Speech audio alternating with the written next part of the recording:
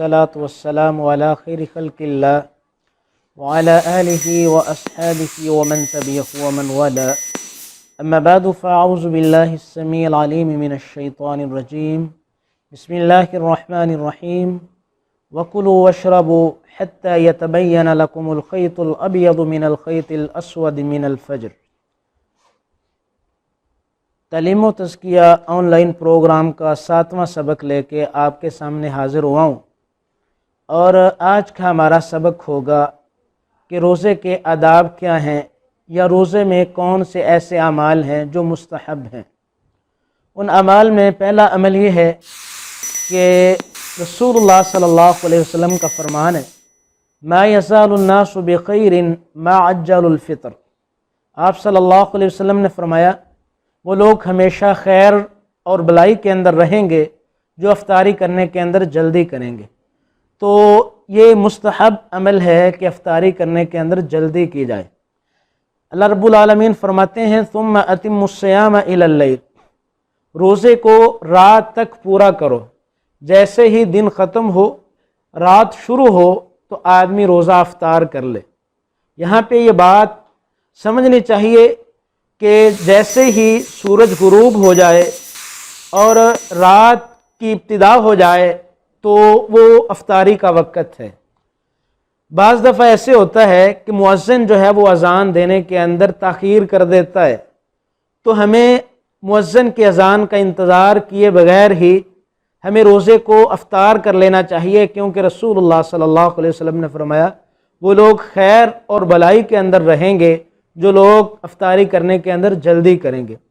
تو اگر مؤذن اذان دینے میں تاخیر کرتا ہے تو اس کی اذان سے پہلے روزے کی افطاری کی جا سکتی ہے، اس میں کوئی حرج والی بات نہیں ہے۔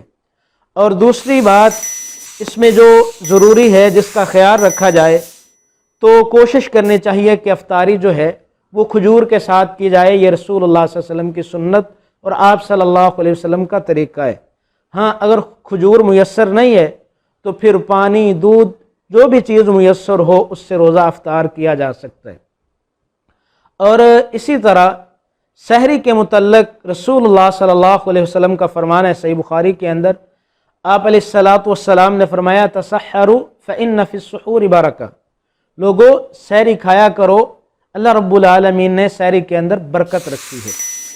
اور سحری کے اندر تاخیر کرنا یہ مستحب ہے، رسول اللہ صلی اللہ علیہ وسلم سے مروی ہے۔ اللہ رب العالمین قرآن مجید کے اندر سحری کے وقت کو بیان کرتے ہوئے فرماتے ہیں وَكُلُوا وَاشْرَبُوا حَتَّى يَتَبَيَّنَ لَكُمُ الْخَيْطُ الْأَبْيَضُ مِنَ الْخَيْطِ الْأَسْوَدِ مِنَ الْفَجْرِ، کھاؤ پیو حتیٰ کہ تمہارے لیے سفید داغا کالے دیگے سے فجر کے وقت ظاہر ہو جائے، یعنی طلوع فجر تک آدمی جو ہے وہ اپنی سحری کو لے کے جائے، اور جیسے ہی فجر طلوع ہو جائے تو آدمی اپنی سحری سے رک جائے۔